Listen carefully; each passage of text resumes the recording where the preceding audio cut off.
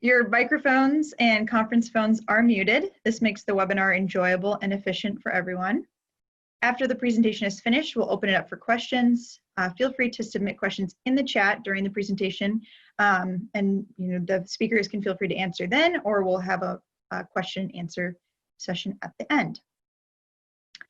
I might have you unmute and talk a little bit more about your questions. So just be prepared to chat a little bit today. We were hoping to have it as more of an engaging session.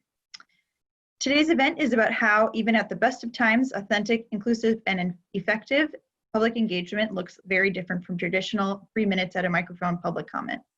Even after COVID-19 mandates are lifted, local government resources will be more limited, while complex issues such as housing, homelessness, workforce development, and the gig economy will only be amplified.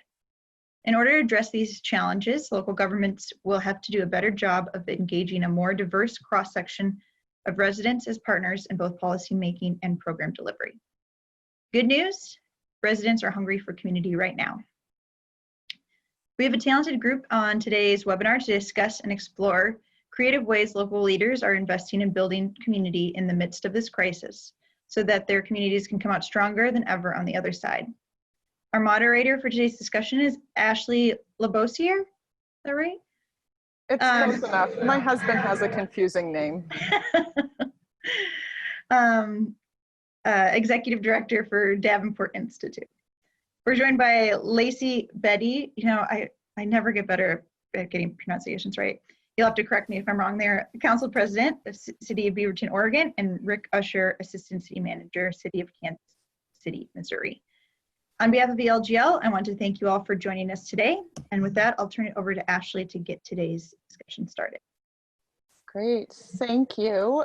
And thanks to those of you who are joining us, whether it's your first time in this series or whether you've been here for all 3 of the other series or other sessions in this series, we're glad that you joined us. As Ali mentioned, all of the recordings are available on both the ELGL and the Davenport Institute website. So if you missed something, you can go back to those.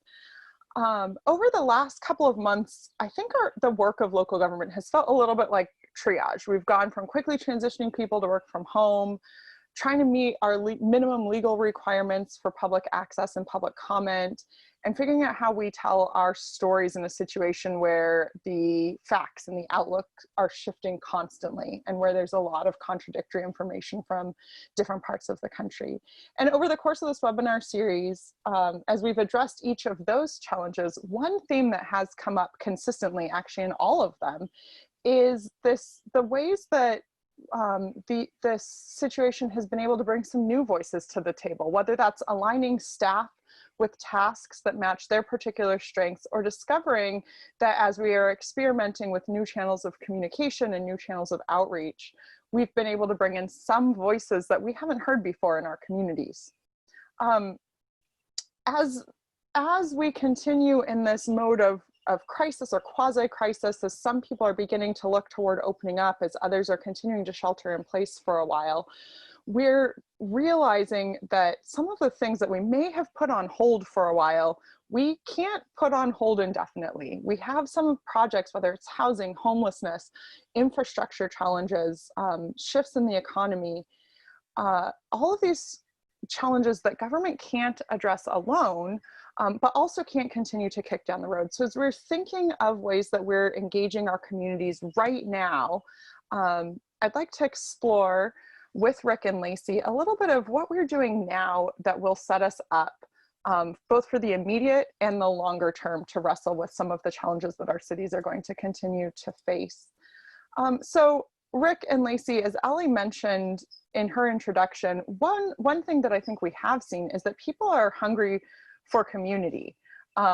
And that we're seeing really creative ways of building community from both local governments and residents themselves. I mentioned in our outline that I sent that my husband and I noticed a house in our neighborhood has set up a social distancing rest stop in their yard where people can sit 6 feet apart and have a conversation. And I would love to hear from the two of you what are some ways that you in Kansas City or in Beaverton have seen and been able to leverage this thirst for community to maintain or build relationships with residents in this moment. Rick, since you're unmuted, why don't you go ahead and start? Then Lacey will get a respite. Okay.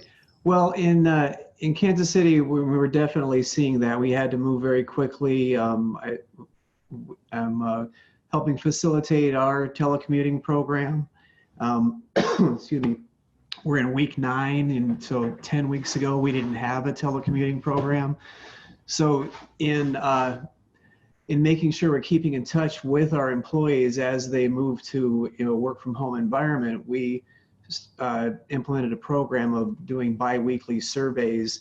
And over the course of that time, we saw use of video conferencing tools. Mainly we're using Teams internally, although we use it with the public as well. But just saw like now 75% of our employees are communicating with each other via Teams. So there is that desire for face-to-face contact and conversation. And just in my own work, kind of had a situation where a couple of council people inquire about something, want an immediate answer, and I had to have 3 staff members help me like draft a response. And so with Teams, we're screen sharing, we're talking, we're editing, and that is like unprecedented in my experience in city government, to use these tools that I think the private sector, and I do a lot of work with the startup community, have been using for years. But to have that face-to-face, it's almost like having everybody in the same room. We also had to move quickly, of course, like all local governments, to make sure that our government was proceeding. So the city council meets every Thursday. We have 5 different council committees that have public meetings. We got the City Plan Commission, Board of Zoning Adjustment, a whole range of public hearings, and ways for staff to engage, the commissioners to engage remotely, the public, the presenters, and we've used a combination of Zoom and YouTube. We've been putting all of our city sessions on. We have a city YouTube channel. I think it's called Kansas City Communications. And then the challenge was how to make sure that the public had access to comment, during those sessions. So we've, in our law department, had to move quickly to make sure we were in compliance with open meetings laws, but still a challenge that I've been working on digital equity in Kansas City for in a real focused way for 6 or 8 years or so, but this is really amplified or broadened the digital divide. So there still have those challenges that we're hoping we can address now as we slowly reopen.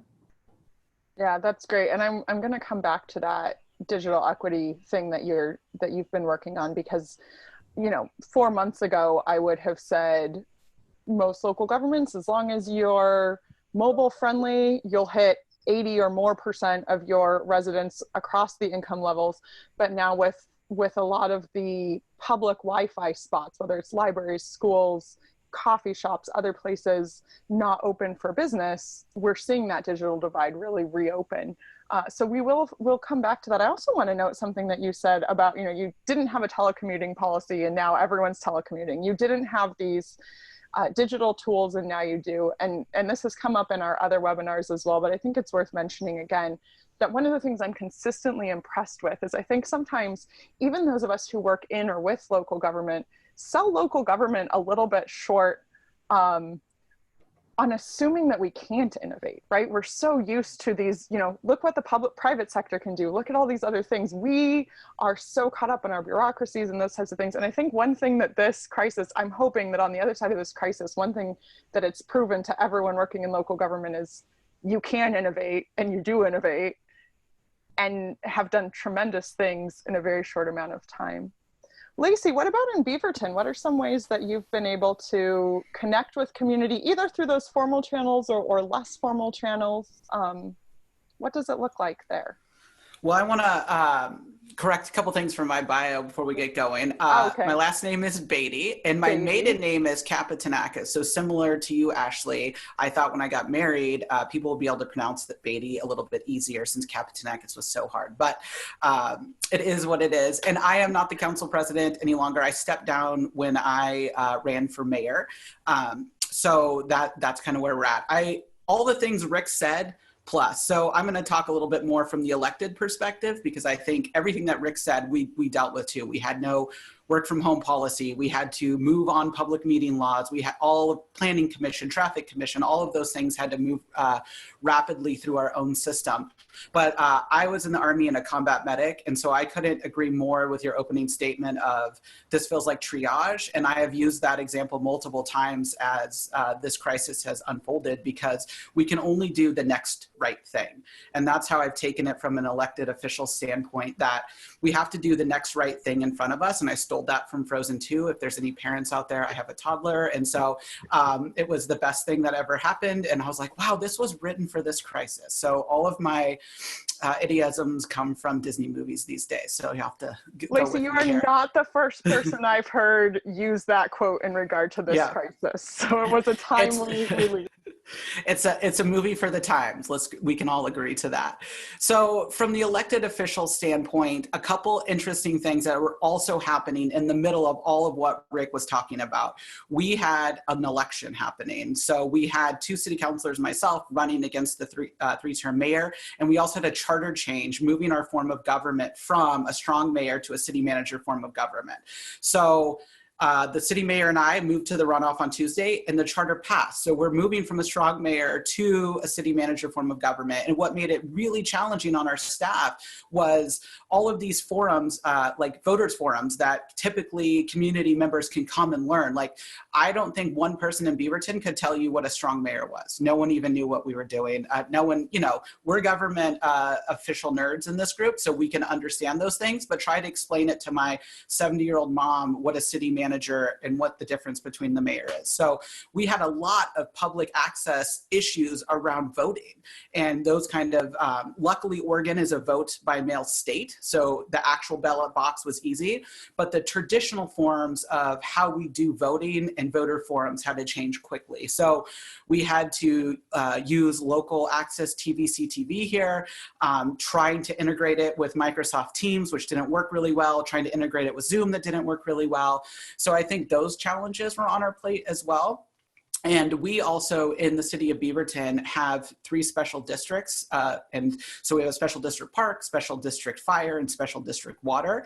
And so what I noticed very early on in the crisis is that our county commission and mayors were getting immediate information from the governor's office, from our county chair, but it wasn't really coming down to every single level, and every single elected body was making decisions about coronavirus early. And so I pulled together a weekly meeting with over 50 elected officials from across Beaverton and the wider Washington County area to idea share what we were doing, because everyone was creating their own wheel, they were in their own silo, and we have a lot of cross-jurisdictional work that we do over our park district, water, fire, and police. So that was like a really important first step to come together, to bring people together. I mean, talking about digital equity, one of the things, like a low technology issue we heard is that parents were having a hard time, especially lower income families, with books. And so, I worked with our school district. We have a library full of books and students that need them. How hard is it for us to work together to solve some of these issues? So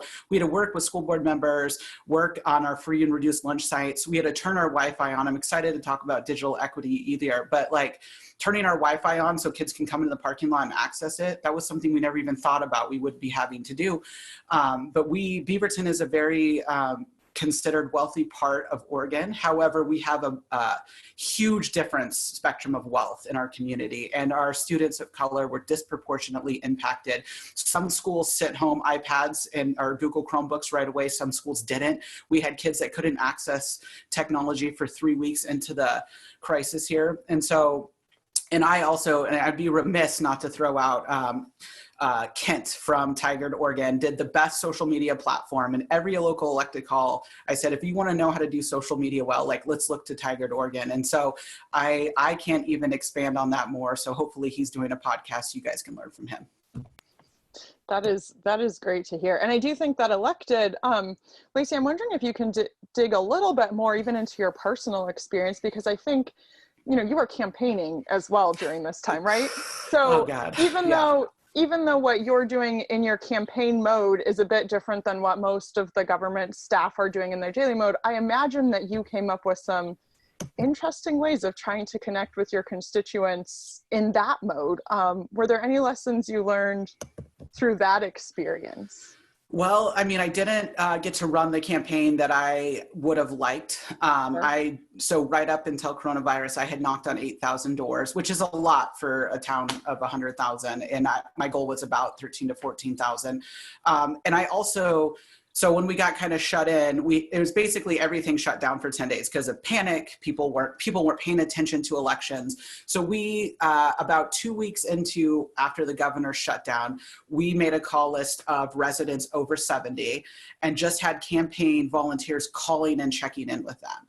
You know, not really talking about the campaign, but really talking about, you know, what was happening in their life. And so my sister was a server and was laid off and had done tons of phone calls. And I would get these hilarious text messages from my sister that was like, I just talked to this 89-year-old lady in a nursing home that hasn't had anyone call her. And she wanted to know if I had seen Tiger King. And so she's like, I think I'm going to watch it today. So my sister called this woman back for like 8 days in a row. And they were talking about Tiger King episodes. My sister would watch one, she would watch one, and then they would call. And so I think those kind of organic connections were, you know, my sister would normally not be talking to a woman in a nursing home, but it just made it very clear to us that people were looking for connection. So, you know, we moved quickly to phones, I know that if Kirsten's on this phone, she'll kill me. I'm a millennial. I hate making phone calls. It's the absolute worst thing ever. I would rather knock on every stranger's door in Beaverton than call them on the phone. So, you know, I had to really punch out of my own comfort zone to make a ton of calls. But what we saw and heard is that, I mean, people were answering the phone at a much higher rate than we had experienced in any election before this, and anyone I've ever worked on. And they were hungry for community. So we were able to, like, you know, crowdsource and do that. It was an interesting from, you know, just trying to get messaging out, right? And this becomes an issue of campaign finance, where my opponent outspent me 3-1 and could buy ads on CNN.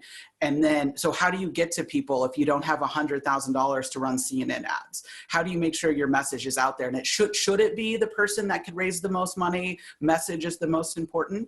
And so in our debate, what I talked about, now that we switched, you know, from a strong mayor and we had this charter amendment going on, one of the things that I argued multiple times to try to get into the early draft of the charter was, should we have campaign finance reform? And should we have public financed elections like the city of Portland does? So the city of Portland does a 3-to-1 match of money you raise from community members with inside it. And I think that's an equity issue. It brings new voices to the table.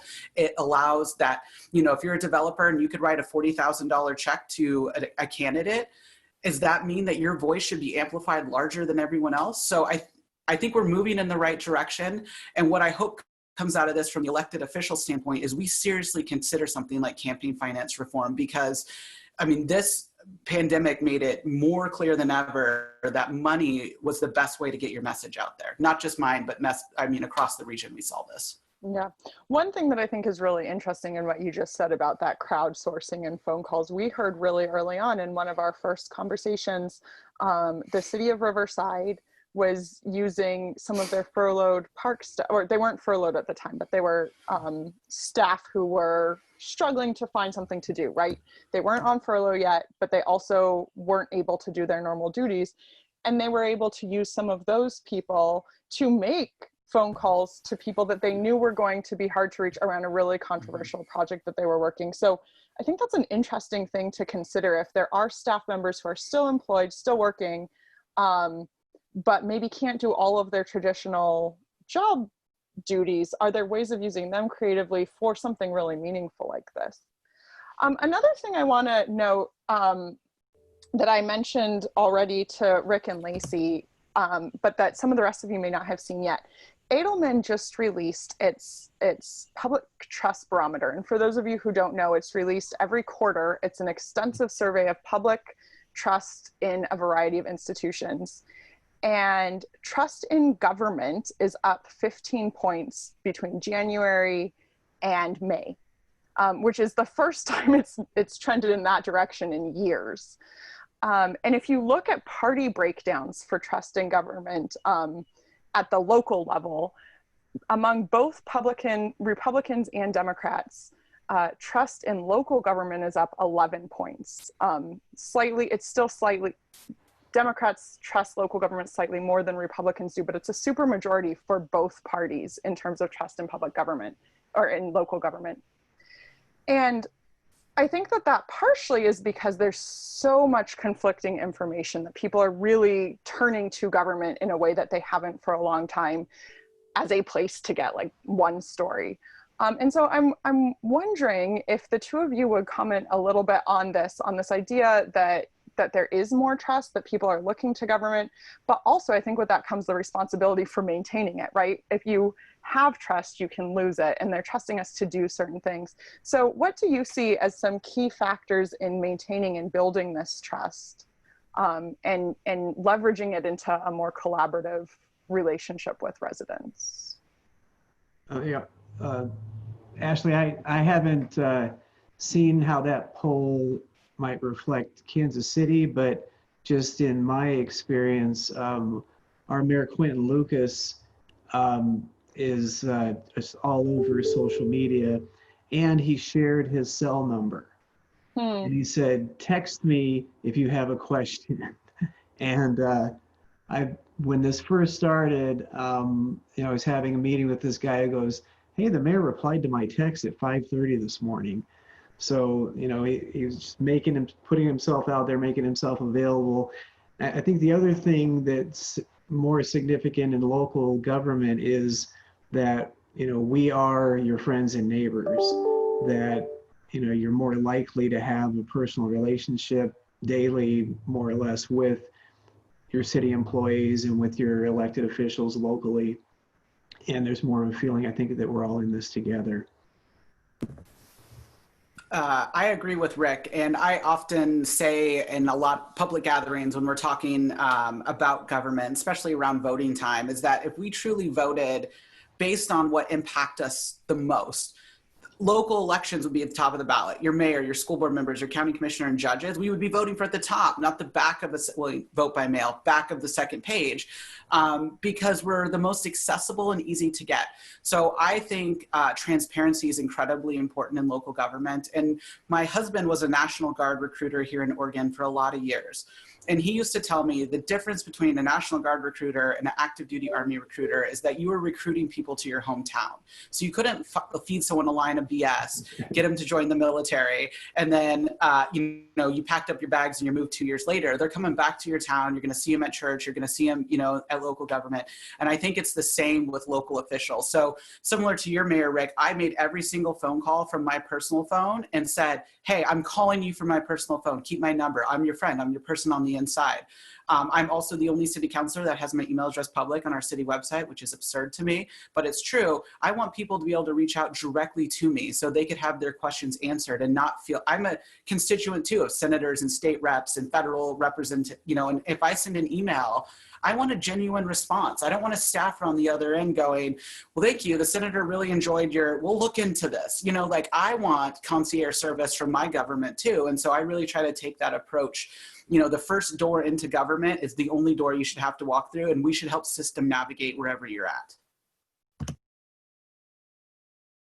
So I want to take us back to the challenges we're facing right now, and that look like they're not going away anytime soon, at least for many of us, which is this social distancing and the shift that we've done to having most of our communication be virtual. And I think it's worth noting really up front, and this is a constant mantra for the Davenport Institute, our traditional 3 minutes at a microphone public hearings are not necessarily reaching, and by not necessarily, I mean, they're not reaching a broad, diverse cross-section of our community anyway. So I think it's a mistake if we kind of set where we are today against some imagined where we used to be, I think we'll set ourselves up for being more discouraged than we need to be, because the truth of the matter is we can reach many people in creative ways right now. However, as we discussed already, this does raise a challenge for the digital divide. Lacey, I loved what you said about reopening the public Wi-Fi,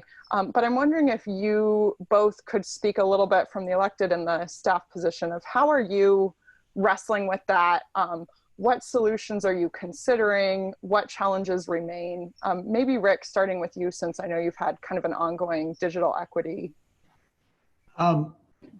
Well, yeah, Lacey's point about the the Wi-Fi in libraries, you know, and I've been involved in our digital inclusion. We have a coalition for digital inclusion for the last 6 or 8 years or so, and we have seen, you know, pre-shutdown or pre-COVID-19 families using parking lots, you know, for their kids to be able to do their homework. And so we even made a larger point of that by putting signs in the parking lots, you know, free public Wi-Fi, and also at our Parks and Recreation community centers, we have Wi-Fi that, you know, spills out of the building into the parking lots. I have seen some cities that where at their community centers and libraries, they just took another Wi-Fi radio outside to really make it more powerful. We're trying to take a multi-tiered approach. Our school district, Kansas City, Missouri School District, has had a really accelerated effort. They have 12,000 mobile Wi-Fi hotspots that they're distributing to students. They distributed Chromebooks, and they're also letting the students keep those devices through the summer, whether they're going to summer school or not.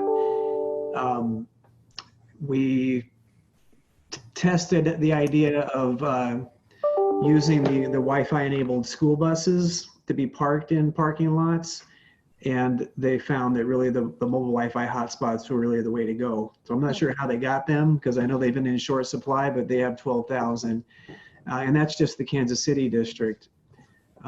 We have a partnership with Connecting for Good locally as a nonprofit devoted solely to digital inclusion efforts. And we have what we call our digital upcycling agreement with them, where we have been donating our city surplus computers, tablets, smartphones, you know, devices, and then they refurbish those for distribution to families in the region.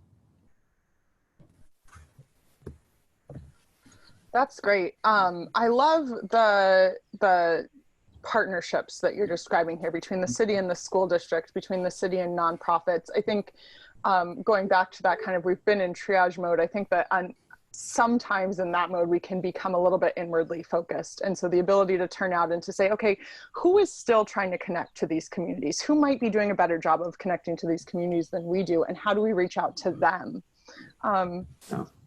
Yeah, that's great. Lacey.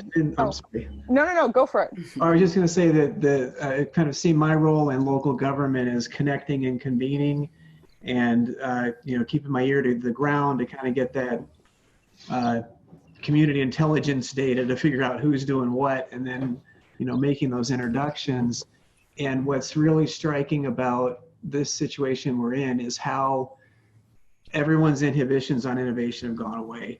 When we had the conversation about our telecommuting program, for example, our HR director and one of our law department attorneys presented it as a draft, and I just suggested to our city manager, let's go with that, and he said go. So 3 days later, we went live with the draft plan, which, you know, it's kind of like the saying that if you're 5 years ahead of your time, you're a lunatic, and 5 minutes ahead of your time, you're a genius. So well, and I love what you said about local government becoming a connector, or serving as a connector and a convener, and your role in that.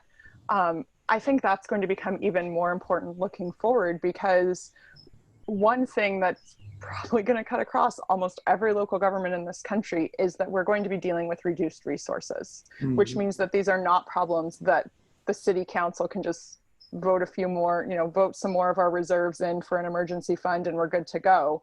We're going to be really needing to look for really creative solutions that rely on other people's resources and partner resources as we move forward.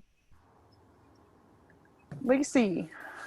So in my previous role, I have been the director of school-based health centers in Washington County here in Oregon, and they were run by federally qualified health centers, meaning most of the students we served were in our lower income bracket. So this issue of digital equity is something I've dealt with for the last decade in Oregon. And one of the reasons I ironically voted against Google coming into Beaverton is they would only hook up Google spots in high affluential areas. And I tried brokering back and forth deals about, well, if how much free public space can we give away for Wi-Fi? What could we do? How do we make sure that those that have don't continue to be the only ones that get things? Our neighboring town in Hillsboro, Oregon is doing a city-owned municipal broadband. And I really think that the only way that we're gonna be able to truly address the digital divide in our community is making sure that this is a commodity in which we can own and operate. I mean, they're making fast gig speed internet for $10 a month. And nobody can do that. And they are building it in as a utility, and so it's publicly owned, and it drops the price significantly. And I think if we don't start moving that directions towards this, there's always going to be this massive divide. And so I worked with Beaverton Education Association a lot in this early crisis.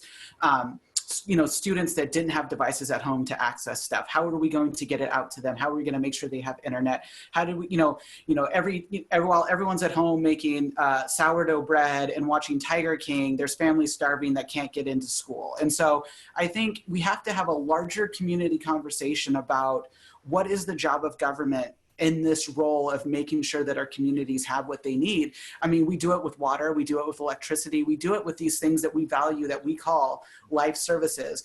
If we don't get serious about internet, this is going to be one of those issues that lags forever, and it's going to create generation of kids that don't have the resources they need. I mean, think about all of us sitting here now. I mean, there's families that can't do this. And I studied in graduate school. I did my thesis on generational differences. So I've always been a huge fan of telecommuting early. And I think it's going to change how we do government going forward. One of the, kind of tailing off of this, one of the areas that we're hard hit in our budget is transient lodging dollars for people coming into the community. We're seeing a massive decrease in that fund. We're not as hard hit as cities like Portland that see a lot more tourism than we do, but we have Nike, Intel, and Columbia right here in our backyards. We have a fair amount of people that come on business trips and stay in our hotels. And I think the way that people are going to be doing business, at least in the next year to 2 years, is going to change. And companies are going to say, why are we going to send eight people out to Beaverton, Oregon to have an in-person meeting when they can now get on Microsoft Teams and be equally as effective? And so we're going to have real conversations about the lasting budget impact we have and how technology is both helping and hurting our budget. And that's a conversation that needs to be had within the city, but it's also something that residents need to be invited into, because you're going to be facing cuts that, again, aren't just kind of trimming around the edges, but that are really going to impact services. And so I think that these ways that we're learning to build the connections now are going to be vital when those really tough decisions come to bear. One of the things, so on our ELGL webinars, we tend to draw people from larger cities, which Beaverton's not huge, but it's larger. Hey now. And Kansas City's pretty big. But I know that a lot of the staff and others who are listening may come from very small cities, or maybe working for a special district somewhere where they're functioning with very minimal staff, and they're listening to some of these and they're like, oh, that's a great idea. That's a great idea. But it may be a little overwhelming to think about, what does this mean for me? So I'm wondering if I realize, again, you're working in the cities that you're working in, but if you have any advice for people who are maybe working in small agencies for kind of those things that can be done with a minimal staff, but may have significant impact, either in terms of digital communication or in terms of connectivity, or building partnerships, or whatever direction you want to take that. I'll take it first, Rick, if you're cool. So, I mean, that was exactly the reason why I coordinated a weekly call among our special districts, school boards, and county commission. And we had like our federal senator and state representative come and give us updates. But the large reason was I wanted to hear, what is your local government doing that is not a traditional role that you have always done? Because, you know, I believe local government can innovate. That's why I'm spending my career here. And that's why you guys are spending your career here. I think that's an antiquated notion of that people think about government. Obviously, we all are pretty like-minded, so I don't have to dig down that rabbit hole with you guys. But, you know, our special district parks, which is actually the biggest special district in Oregon, goes over 3 different cities. And so they serve us, but they also serve other cities as well. They had massive layoffs. I mean, part-time staff. I mean, they took a huge hit, and their budget was $68 million prior to COVID. So they're a pretty big special district, but they had to rapidly change. They started doing like Zoom aerobics classes, reading, you know, books to kids, but they did something really unique. They opened up their recreation centers as shelters and brought in Meals on Wheels and brought in, which was a non-traditional role of local government to operate as a shelter.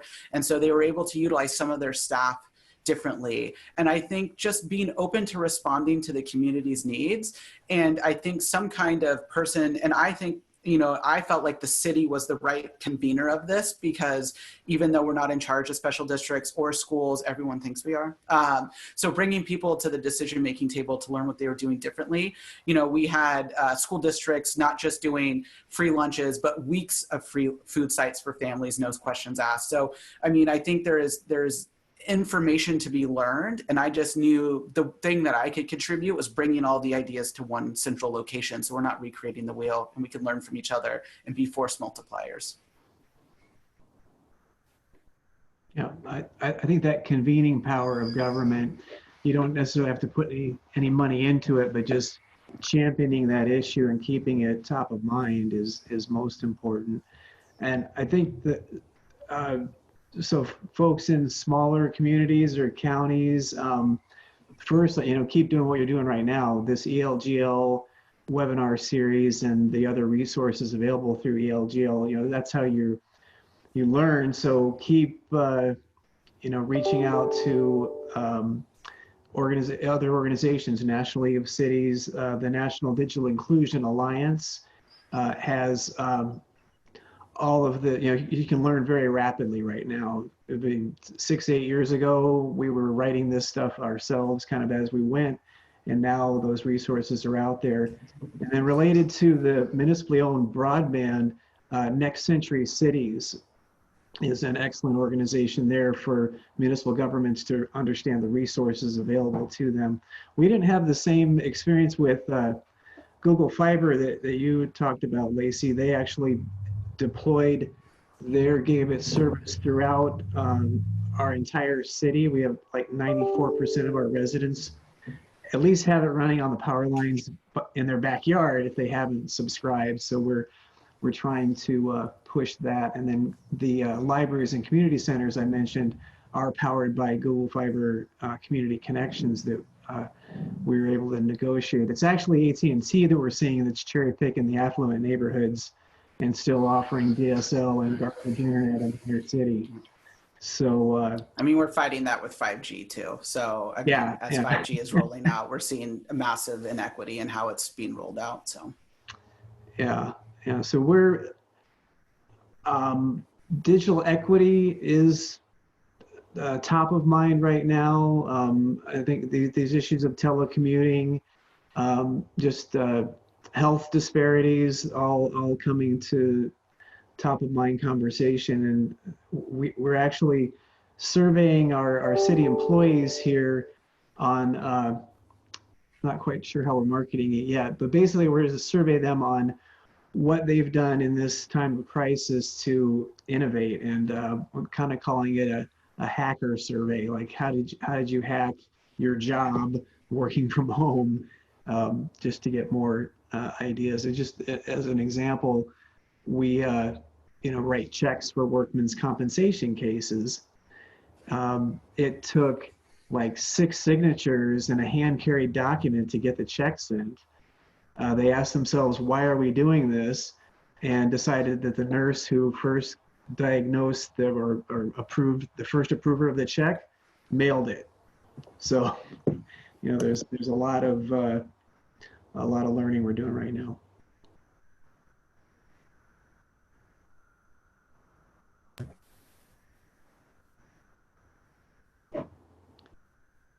Did we lose our moderator?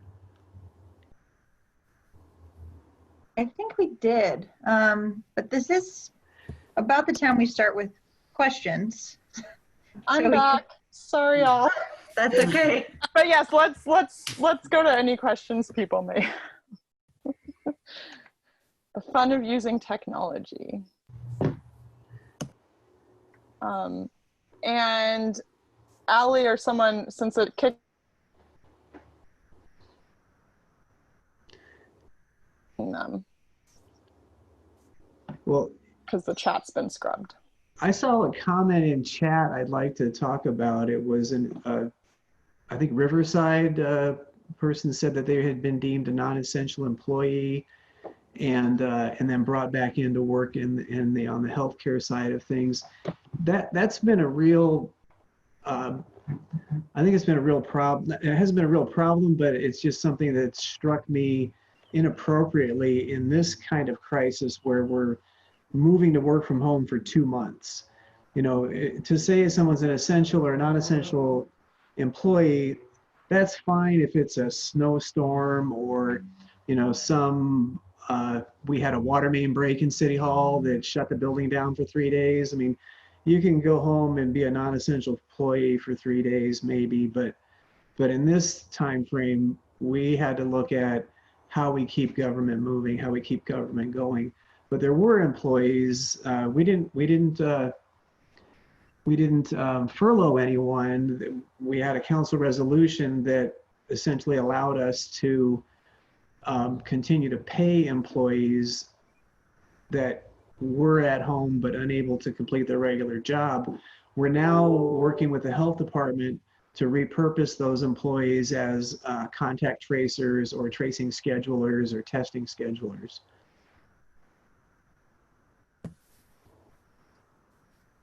Yeah, I think that's an interesting piece to keep connecting those, how you creatively use your staff during this time. Well, one of the things that I've been asking for years that I would like to see the city, and hopefully if I'm selected in November as the mayor, I'll get to implement this. But I truly believe we need a chief innovation officer. We're a pretty decent sized city for the city of Oregon, and we need somebody that is collecting all of these things that are happening and future forecasting trends that are coming. And how do we do that? Because I think the work of local government has changed immensely in the last 2 months. I think things we're doing now, it doesn't matter if it was the way it's always been done. As a younger elected official, I get really irritated when staff tells me, well, this is just the way it's always been, Councilor Beaty. Like, this is the way we've always done it.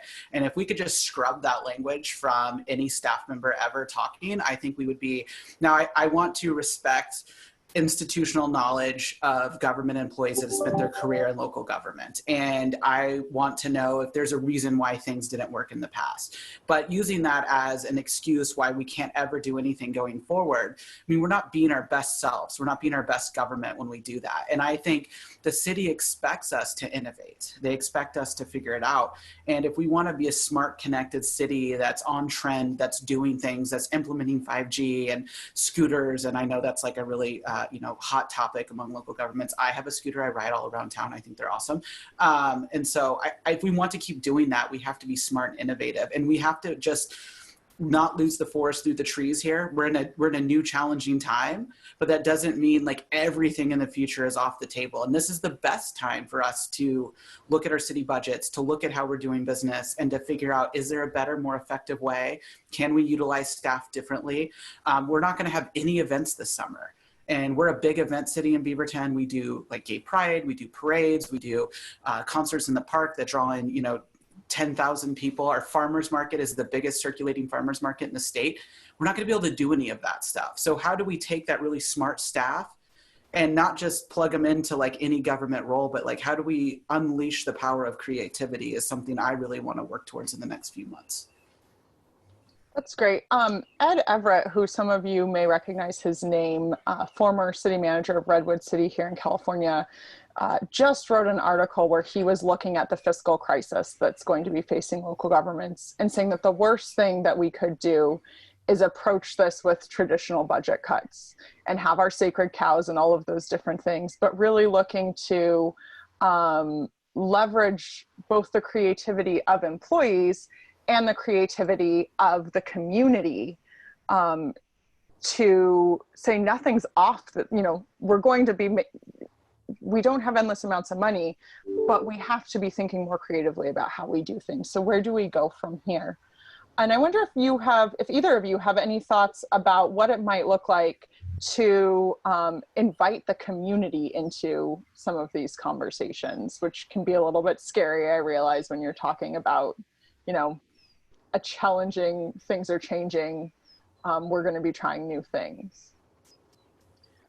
Well, that's kind of what I call the most fun part of my job, is just, you know, going into a meeting and inviting, you know, 40, 50 people who, you know, who knows. We had a conversation when Airbnb, you know, was coming into Kansas City.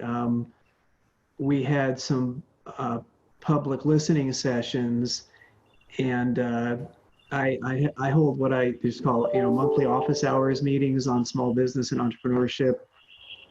And usually like 2 or 3 people show up, maybe sometimes it's me. This one, 80 people showed up.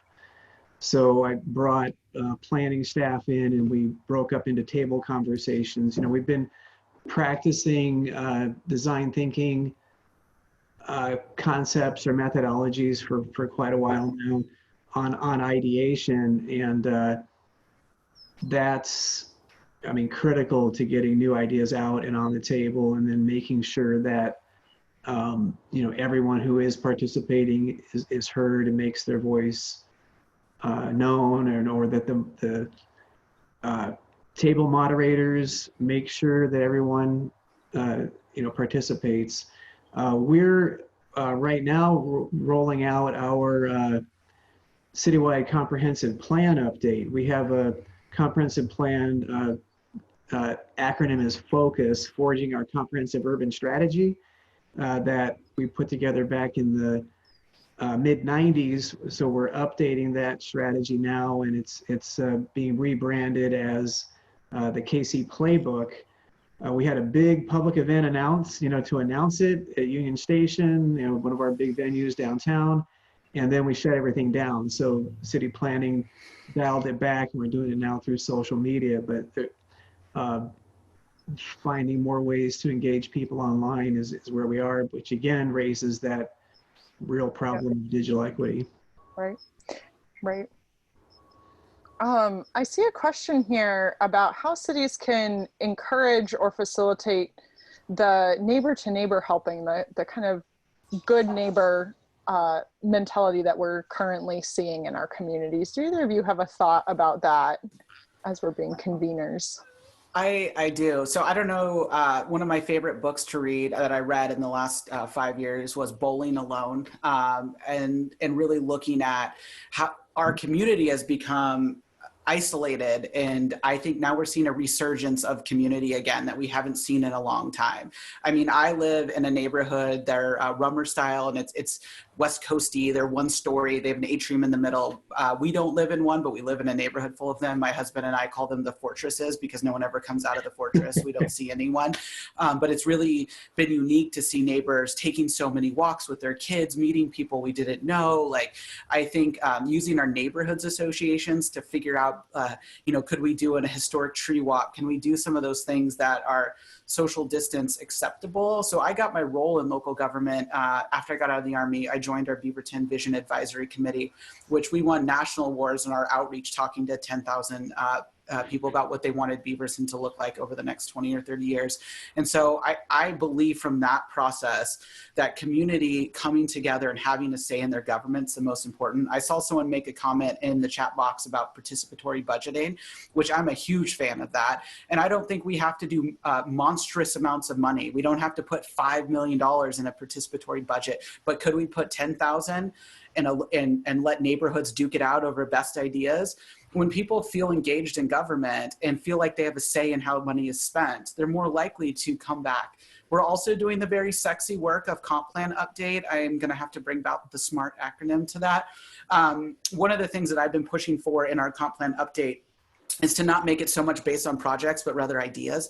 And I think that's hard to do in comp planning because we want it to be like focused on areas of town, revitalization, and all those other buzzwords. But can we talk about a larger idea of what we want our community to look like and feel like?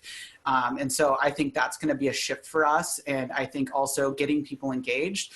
The way we did it before was like farmers markets and old school and talking to people and going out. We're not gonna be able to do that. And so, and I'm sensitive to only responding to people on social media because usually they're the complainers. I don't get a lot of positive tweets that are like, yo, Beaverton's awesome. It's usually like, you're a dumpster fire and I want you to go fix, Canyon Road or something. So I hope that people are nicer and can bring those ideas forward. It's just social media has not been that way in the past, but I am hoping we'll trend that way in the future. Yeah, well, and two things to kind of draw from there. One of the things that I emphasize a lot as I'm speaking with local governments is social media is very useful as a way of getting information out, of kind of hearing maybe some concerns and of driving, but mainly of, use the social media to drive people to better platforms, because I do think that there is something about the way that we engage on social media that doesn't require that wrestling with other ideas, right? We're very used to tuning each other out on social media, listening to the people we want to listen to and complaining. But there are really creative ways, both online and offline, that invite people to do a bit more wrestling. And in terms of the participatory budgeting, I like thinking of participatory budgeting, I don't know if this is kosher to say on a local government feed, but kind of as your like gateway drug to public engagement, right? It's fun. It gives people a really strong sense of purpose. But I also think we need to think about how we engage people beyond that to where they're recognizing the really tough choices. We did a priority budgeting workshop with the city of Bell here in California, which years ago was, they'd had, just look up Bell City scandal. It's amazing. Most of all of their electeds except one, as well as their city manager, were arrested for mismanagement. And the reform government had us come in and say, okay, we're in this huge budget crisis now. We want to talk to people about their priorities, which was a little intimidating under those circumstances. But one of the things that we saw, and it was very high level, it wasn't, the nitty gritty details. But in that prioritization, one of the people at the end of the day turned to one of our moderators and he's like, this was really hard work. And I think that a lot of times, especially when we're engaging on social media, people are like, oh, just cut the police chief's salary, or, oh, just do that, right? Everyone has their silver bullet solution that's going to fix all our problems. And so inviting people together to try to do some of that wrestling. I saw Rick just posted the balancing act tool. That's a great way of getting people to have to recognize some of those trade-offs and realize that it's hard, because to Lacey's very first comment, most people don't know what's going on with local government, right? We're the local government nerds. We're kind of used to these conversations. Emily Colm, I will type into the chat box what I told people to look up. Yeah, we had people in our budget hearings, they'd read through the budget and they'd say, you're spending $1.5 million on a new catering kitchen at Bartle Hall, and not realizing, what government has to deal with on sources and uses of funding. The money was coming from a GO bond, and the person lobbying council wanted more of it to be put into small business development and entrepreneurship programs. Mm-hmm. Mm-hmm. So the balancing tool, I haven't spent a lot of time with it, but it is that way to get people to come in and play around with what the budget could look like and start getting an appreciation for, what local government is going through. Right, for those real challenges. Because if everyone thinks that it's easy, then the fact that we're struggling with it is going to decrease trust. But as people start realizing, wow, I'm glad I'm not making that decision, which in some ways is a great place for representative government to get to. Like, yes, these are hard decisions. Someone needs to make them. I'm glad it's not me. Not everyone's going to get there, but I do think that that's that real conversations can lead us in a direction of more robust engagement, but also more of an acknowledgement of the complexities that we're facing. I know we're right about up against noon here. So again, just want to reiterate to everyone that this has been recorded. The video will be up on ELGL's website. We will also be sending out a quick summary fact sheet of this within the next week or so. And it's been great to do this series with ELGL over the last month or so, and we'll look forward to future collaborations as always. I don't know if you have any additional comments. No, I just wanted to thank you and Davenport Institute, and as well as Lacey and Rick for being on here and providing all your expertise. We're so lucky as a network to have such great, knowledgeable folks. So thank you so much. And we're doing lots of webinars right now, as you might imagine. So elgl.org/events, and you can find more. So thank you all. Have a great afternoon. Thanks.